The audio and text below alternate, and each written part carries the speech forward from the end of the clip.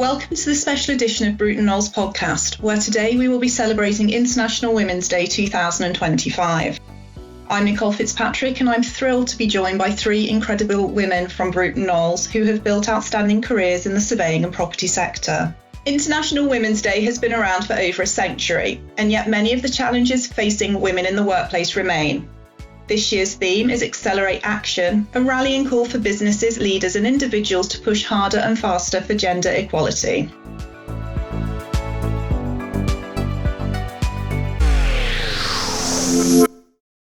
Hello, I'm Harriet Ramsay. I'm a partner at Bruton Knowles. I work in the utilities and infrastructure sector, and I joined in October 23.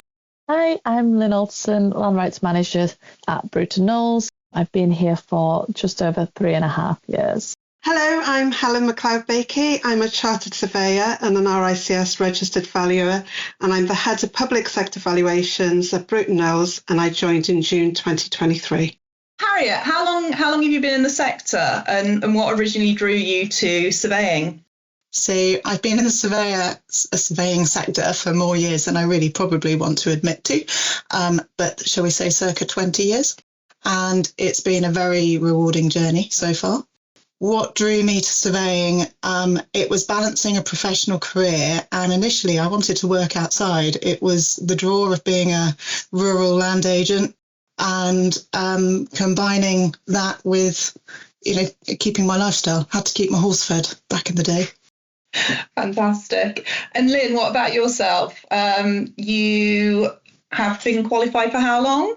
So I have asset RICS and have been for the past year. I've just currently started with my APC, so I've just only a month in. So yeah, got a couple of years to go, but I've been in the surveying industry only about 3.5 years. In all honesty, fell into it. I was a land referencer originally. And then kind of moved into access and the license side of things, and then found out more about surveying. And then so now, I'm in the surveying sector. Fantastic. And Helen, what about yourself?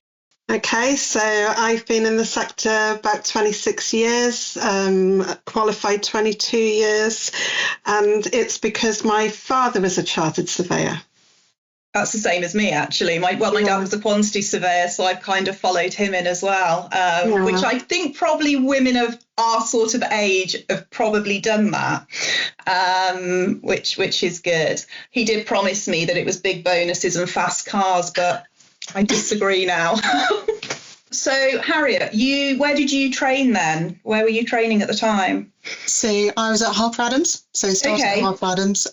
Very much not really sure how I ended up there. A lot of conversations because I did art, theatre and business study A-levels. So go figure. And from that, I can probably describe my career as being it's a bit like navigating Swindon's Magic Roundabout if you're in that neck of the woods. Lots of routes, lots of detours and some full circles. Okay, and did you do an RICS accredited degree at Harper Adams? I did. You did? So I had a placement year and then qualified afterwards and started down the rural route but actually switched halfway through and qualified as a planning and development surveyor. Okay, and was that the same for you, Helen? Did you do an RICS accredited degree, or did you do another route? No, I did an RICS accredited degree at the University of Glamorgan, strangely in mineral surveying. So I actually qualified in 2003 as a mineral surveyor. Okay, that's interesting. And Lynn, your journey's slightly different, isn't it? So what were you do? How did you get into it? So I did geography at university, so not a RICS accredited degree, but then have used my experience to get onto the pathway essentially. So used 5 years experience because I was in land referencing originally, moved to Bruton Knowles to become more surveyor, and then got my asset RICS. So I'm now an asset RICS qualified and then now working towards my APC to become chartered. So Harriet, so when you first started out in surveying, probably similar time to me, which I think was about 2005, 2006, there weren't many women in surveying at the time, were there? Did you come across any prejudice or discrimination, or was it quite straightforward for you? I think it's fair to say that I was often the only female in the room, and then latterly as I promoted, I was still only the only female at dinners or lunches, and almost felt sometimes like you're the token female. But that has changed. Certainly more recently, it's really noticeable. You're almost, actually, I've found myself looking around the room and finding there's more men than female sometimes in the room. I've never really felt prejudiced. I think I've been really fortunate. I've always had a very positive environment, always encouraged to go for, work with my ideas and be able to grow professionally without facing any negativity. Yeah, that's really interesting, actually, because I feel exactly the same. I've never had any negative experiences. I don't know whether it's the companies that you train at, or maybe we just came in at that right time when things were starting to change. Yeah. How about you, Helen? Have you come across any discrimination or prejudice? No, I haven't. Like you say, my experience has been very positive. And as I said, my degree was in mining. So there was only myself. Were you the only female doing that degree? No, there was two girls. Going through that, it was predominantly male. But no, again, my experience was very positive. I then went to work for a company, a mining, mineral surveying company, a private practice. And no, my experience again was very good. So I really enjoyed my career to date. And Lynn, how about you? How have you found things in the last 3 years? Positive? Yeah, on the whole, positive. I do feel sometimes, though, as I do have to work a little harder to prove myself in some cases, compared to men potentially of the same level as me. But yeah, on the whole, it's not an everyday occurrence, but yeah. Yeah, I was thinking about this earlier, actually, and I think that sometimes I'm like, have I worked harder, or is it your competitive nature? Would you still be working the way you were, even if it was all women? And I sometimes think, yes, I would. But I do like to beat them in the billing and, things like that. But I do wonder if is it a competitive nature in you that you just automatically want to do well? That is a good point. And if I was in a room full of women or in a company just with women, I would probably still be the same. Yeah, quite possibly. So I think for me, once I qualified and became MRICS, I think that's when things properly started to change for me, because I was able to go out on my own, and the jobs were then on me, and I wasn't reliant on my peers to support me anymore. And I think you also get taken a little bit more seriously then. One thing I will say, and I still get this today, I will phone up to make an inspection, and it's not our client, the bank, it's their customer. They will always say, who's the surveyor that's coming out, because they think that I'm the secretary phoning up to make an appointment. I'll also go on site sometimes, and they will say to me, oh, have you been qualified long? And I'm less 17 years, I do know what I'm doing, but it is always men. It's always men shocked to see a woman on a building site. But I think once I started building up the confidence and I was able to hold my own, that's when I think it really started to turn for me. How about you, Harriet? Have you come across anything similar?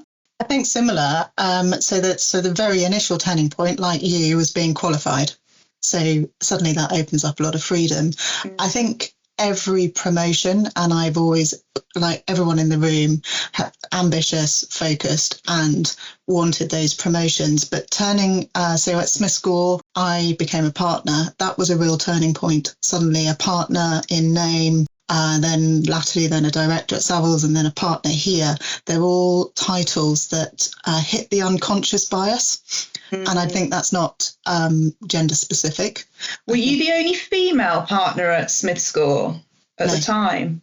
No, but one of few. Yeah. Yeah, but it's a bit like here, actually. There's 3 female partners, isn't there? And that is something that does need to change. And it has slowly started to change. But, you know, it is good to see more people within Bruton Knowles, more women in Bruton Knowles at the higher levels. But I've had similar experiences, not on a building site. So I was hosting a meeting a few years back where somebody, I'd got up, we were interviewing potential developers that had bid on a site. And we'd seen one set of potential bidders. We'd had a sort of debrief, and we were waiting for the next ones to arrive. Whilst they arrived, I got up and made everyone a cup of tea in the room. And the developer arrived, and he walked straight past me, brushed me aside, and effectively had sort of dismissed my role in the room. Which you were the tea lady. I was the tea lady. So being a natural redhead, my hackles went up, and I went over, squared up my shoulders to him, and introduced myself, and then took place at the head of the table. Brilliant. I hope he felt a little bit small at that point, but probably didn't. How about you, Helen? Have you come across any issues or stories? Yeah, so my experience is very similar to yourself and to Harriet. I remember going to do some inspections in a quarry, and they were like, "Oh, have you got PPE? Are you finance?" And no, I'm a surveyor. So yeah, experienced very similar situations. But for me, I think, like you say, similar to both of you, the turning point for me was going to London and get my certificate. You know, that changed the world for me, because all of a sudden I had confidence in myself as well, that I knew what I was doing because somebody else had, you know, said, yes, you're good enough to be a chartered surveyor. So for me, that was the turning point. I've never had to move to get a role. I've always been very fortunate and been promoted and, you know, in-house kind of thing. And any moves I've made, you know, have been not because I've been looking for promotion, but because of other reasons. So, yeah. Yeah, it's the same with me, actually. I haven't really moved for promotion. I've been, like yourself, fortunate to just get it along the way. I do know people that move, you know, they constantly move for promotion, but sometimes I think it's quite good to just stay where you are and develop your relationships around you. Lynn, what about you? Since getting your ASOC's RICS, does it make more confidence, or? I think so, and it's interesting, the discussion about the confidence, because it's almost as though we have to show our confidence more than a man would have to do in these circumstances, because someone would just assume that the man was in charge or there to do the survey, but we have to almost prove ourselves to the people in the room that that's what we're there to do. I don't think yes, definitely some confidence has come from it. I think, like you say, I think once you get your APC and your chartership, that's when there might be a turning point. I do find at times I've had, say, site meetings where I've been shadowing like a senior surveyor who, where just a female presence calms down quite a confrontational situation at times. So I have had that on a couple of instances where it just seems to, where there's usually all men, just having a female presence there just changes the dynamic. Actually, you just made me think then. I have been on site with a male graduate, so I've taken them out on site and they will talk to the graduate over me. Like, that's happened to me. That's happened to me. It does happen more often than you think, doesn't it? Which is quite funny, because I'm probably old enough to be their mom, some of them. So, yeah.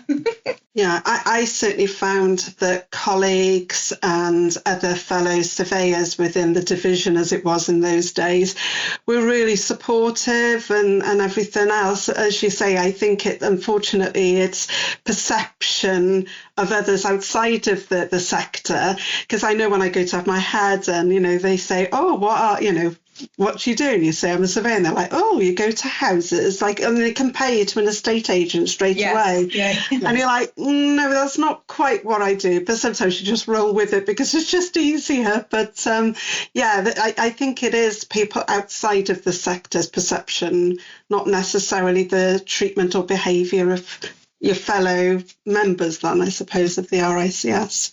My school was. So when I was trying to work out what I wanted to do when I was 16, 17, 18, I was at an all-girls school, and they all, very much were focused on their students becoming an accountant or a lawyer or another profession. But actually to be a surveyor they just frowned at me. They couldn't really work out what I was heading off to do.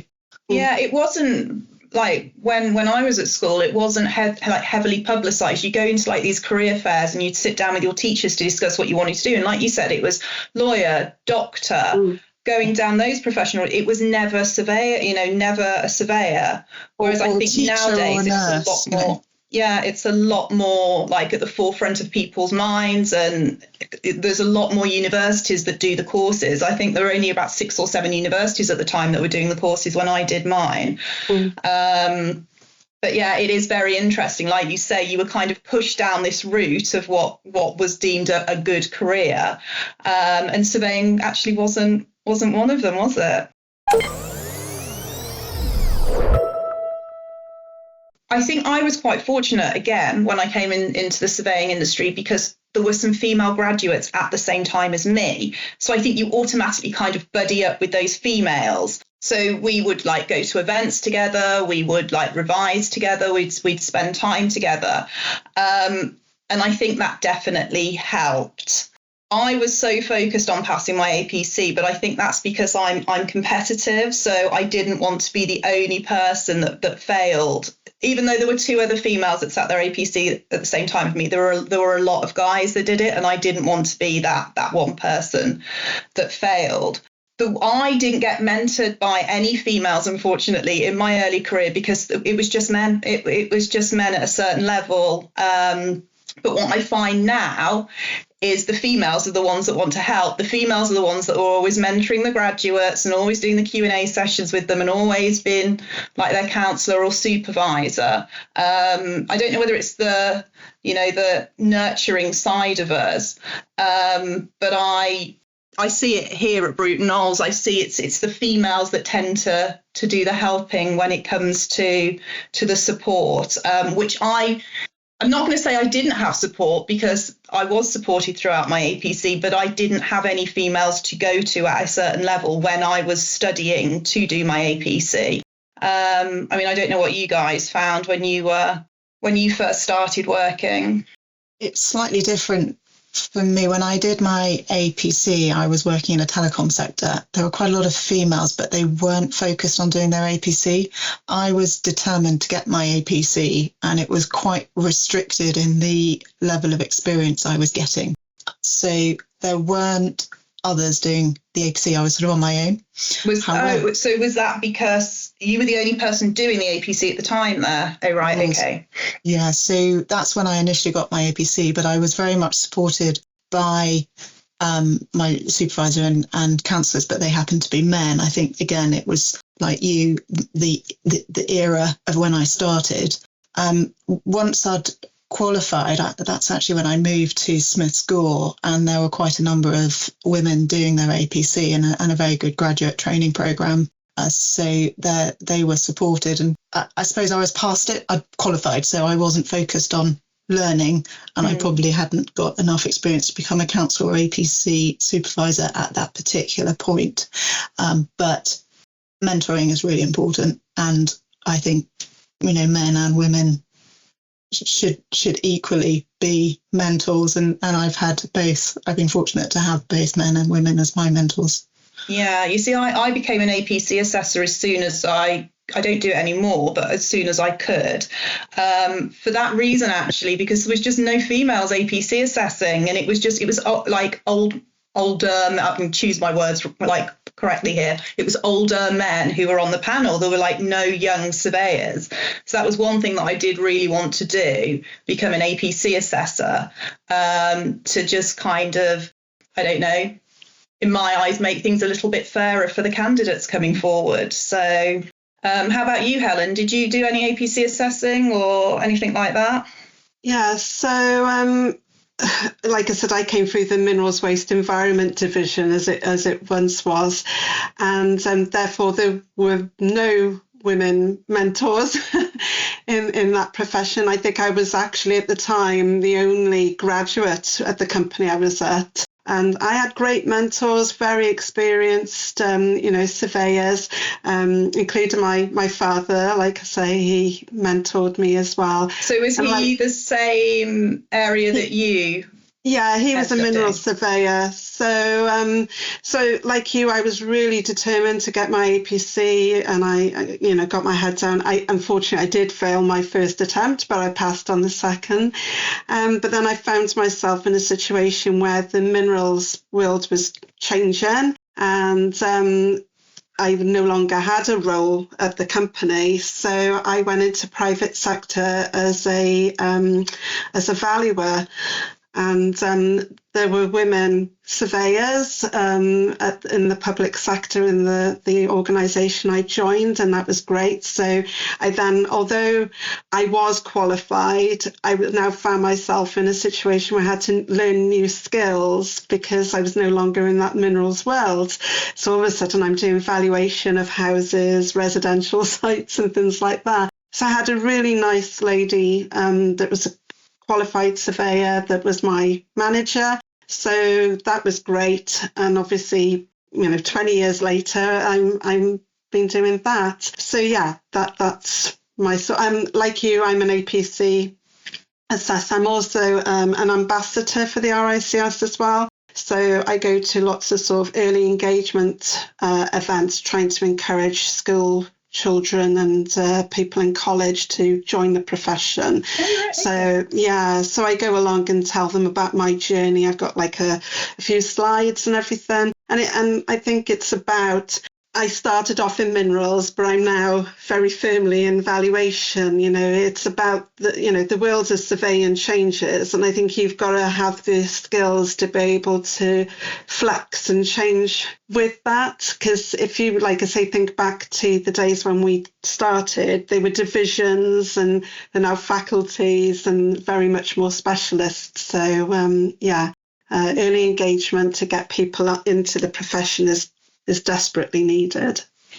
And Lynn, what about you? Because obviously you're coming into this a lot later than what we did. Are you seeing a lot more female surveyors? Are you seeing a lot of support from females higher up for you? Or yeah, absolutely. I was just about to say this is probably where we differ in our experiences, because I would say that the majority of my role models have been women in surveying and in past roles as well as a land referencer previously.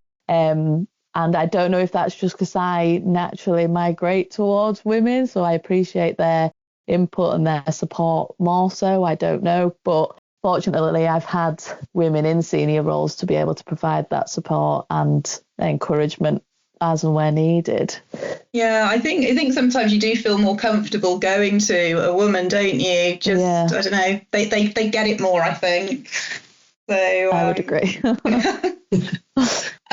So I think it's good that we've got like women at a much a more senior level nowadays. I remember when I came back off maternity leave, and that was actually one thing I really struggled with. I came back to work and I was so determined to prove myself that I was still this good surveyor and I would still fee as much as my male counterparts, but I was not actually seeing my son. And I remember sitting there thinking, what am I going to do? Who can I talk to? And then COVID hit, which was the best thing that could have ever happened for me. But at the time, I really could have done with somebody more senior than myself to sit down and talk it through, and for them to say, look, I've been through this before. I know how you're feeling. This is how I made it work for me. Don't feel like you're putting too much pressure on yourself. But unfortunately, at the time, I just didn't have that. So I was kind of working ridiculously long hours and coming home crying because I just felt like I was never seeing my child. But that was more on me and not the company, but myself putting pressure on me to carry on being this, successful surveyor, rather than, focusing on the child. I don't know if Helen or Harriet, you've had similar experiences to that. I haven't got children, so I haven't got the first-hand experience. However, your story I've heard multiple times, and I'm also at I might say the other end, but I've got parents that rely on me. So with a mother with a recent Alzheimer's diagnosis. So you end up with a sort of nature nurture role that you are juggling with a career and putting pressure on yourself to be able to perform everywhere, perform at work, manage your home life, retain a clean and tidy house and a social life and care and responsibility, whether that's child or parent.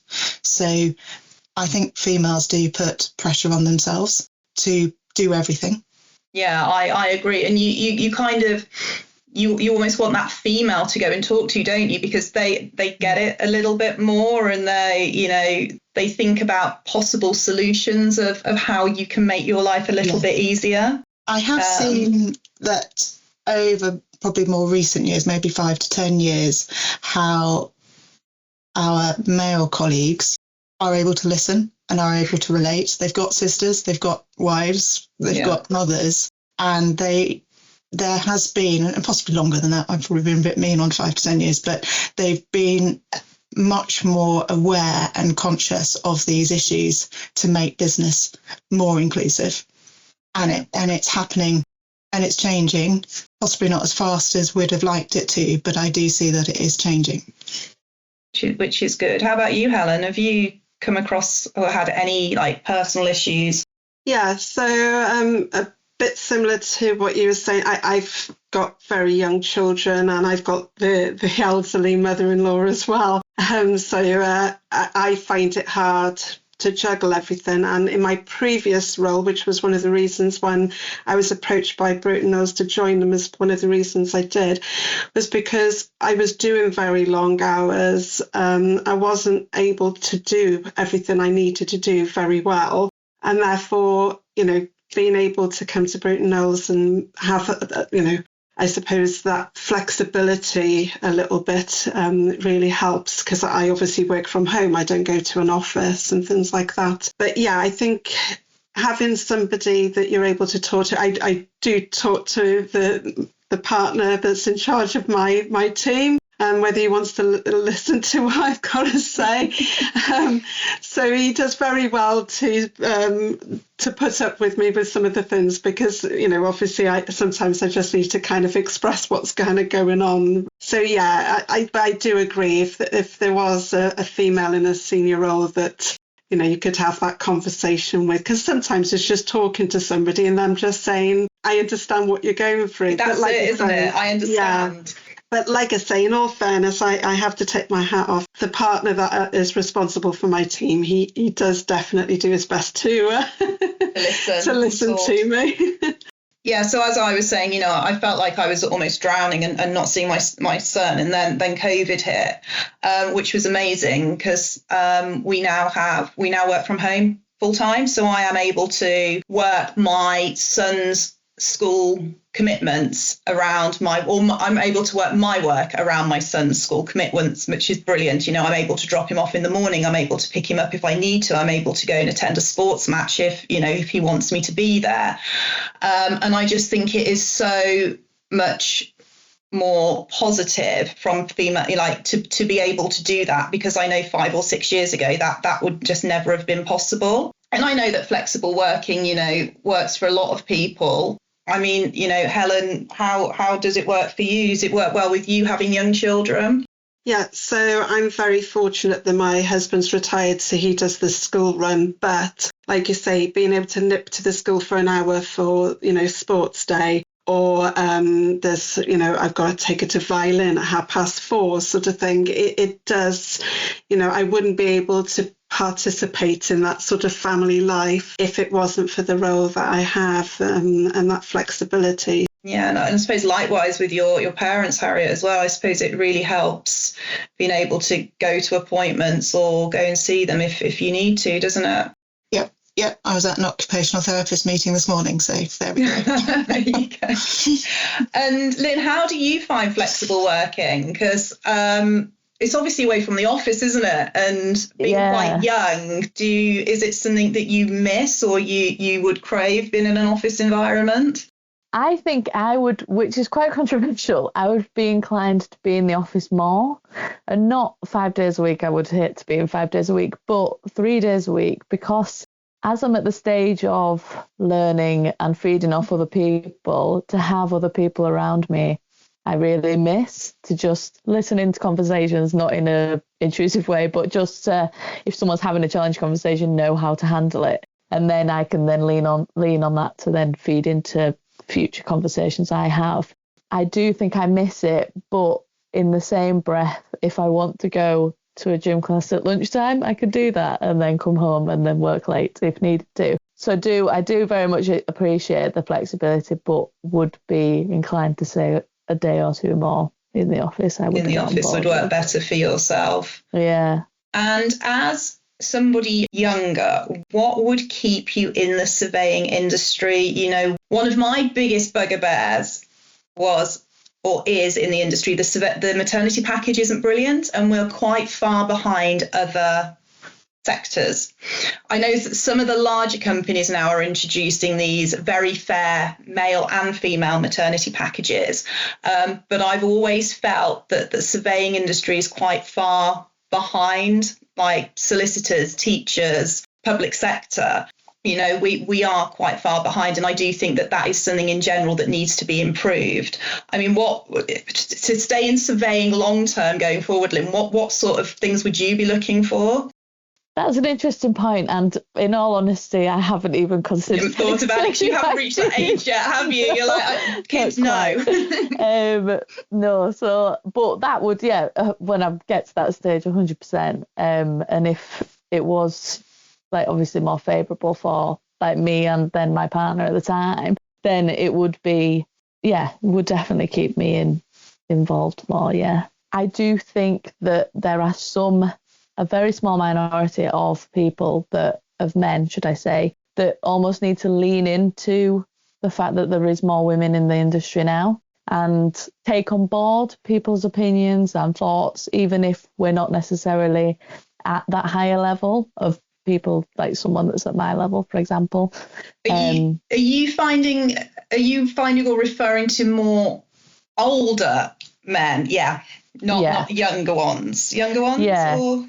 Yeah, no, that's exactly. And I think what I'm trying to get at is people that have been in the industry longer and then are having to deal with, if you call it that, deal with the change of more women becoming into the sector, that they're having to migrate with that change as well. Whereas they've had it where it's been mainly men and now it's slowly becoming there's more women involved in surveying.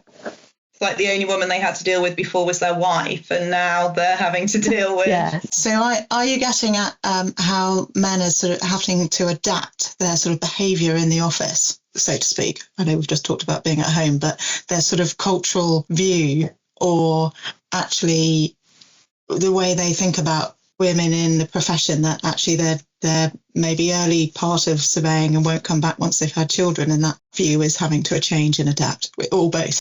Yeah, no, the latter definitely. And the fact that they're having to change. Yeah. I wouldn't necessarily say that I'm in an environment where men are acting in a certain way that they need to adapt because there's women there.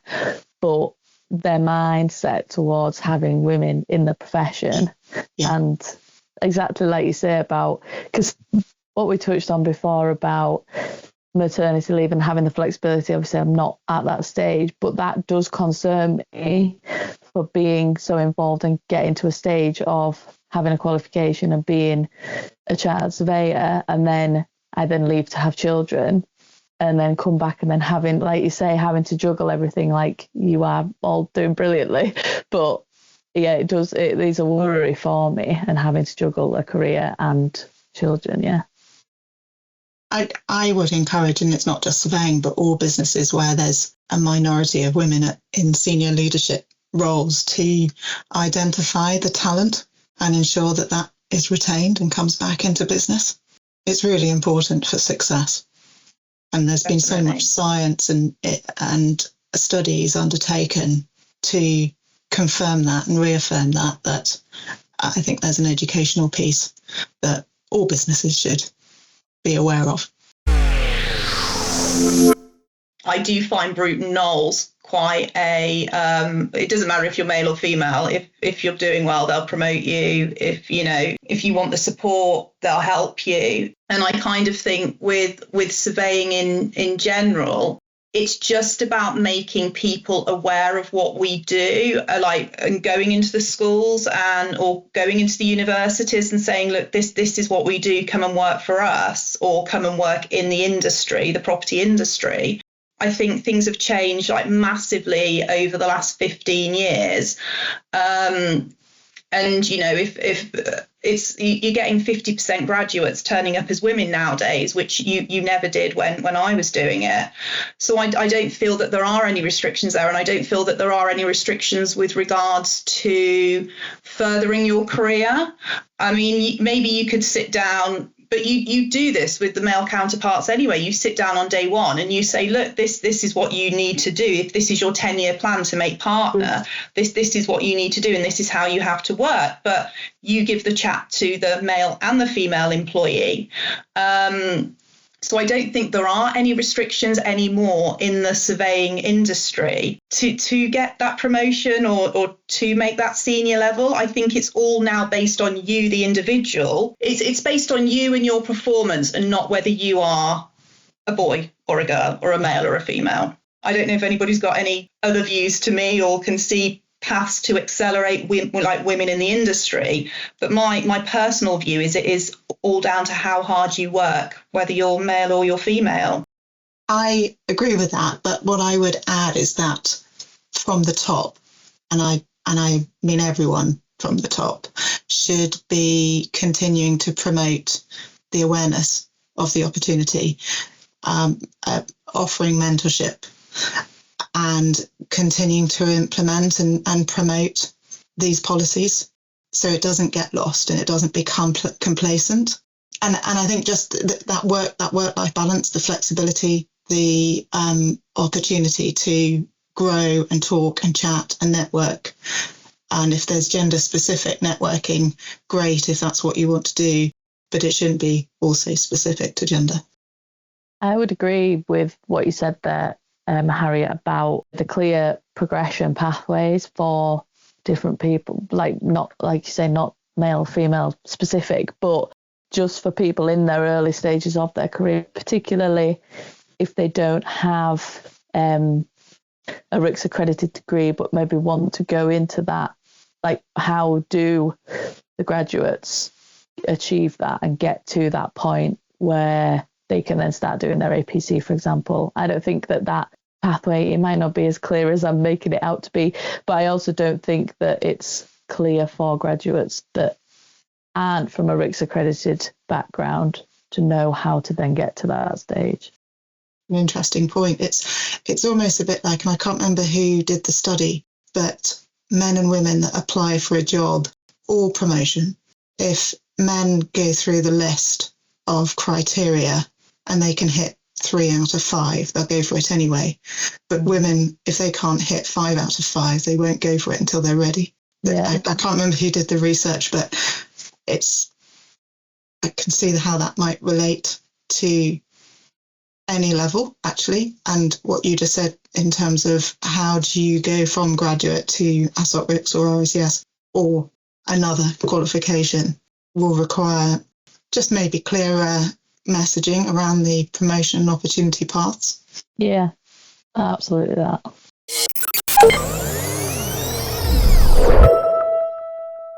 I'm actually going to put this to Lynn first. So you're, again, starting out, you're relatively new to the industry. What piece of advice would you give one of your friends who was potentially looking to switch from geography to surveying?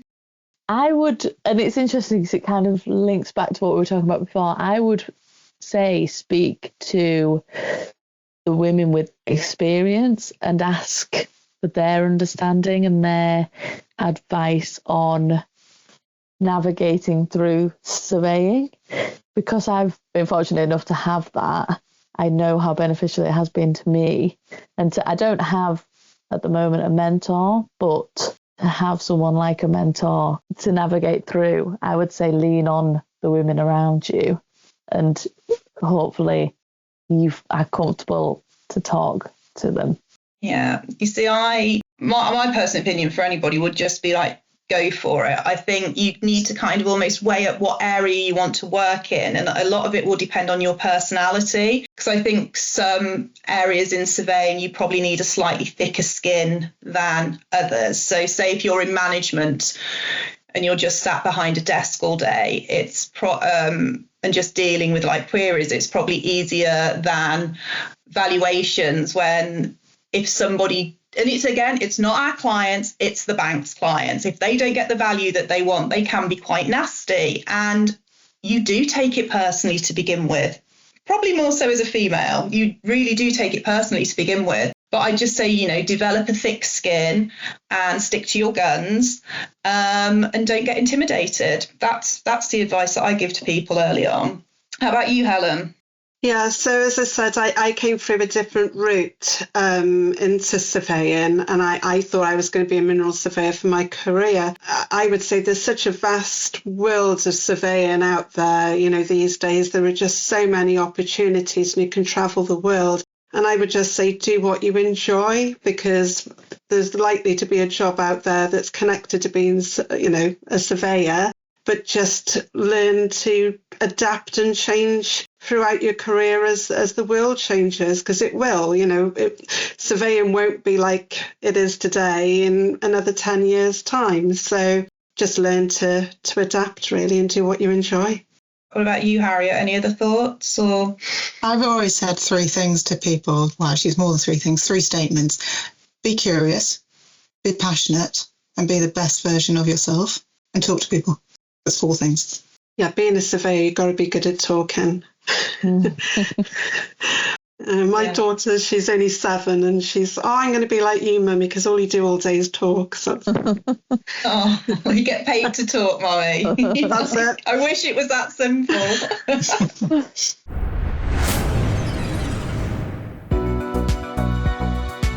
That brings us to the end of this special International Women's Day episode for Landmark. Today, we've explored career journeys, the realities of being a woman in the sector, and the progress that has been made along the way.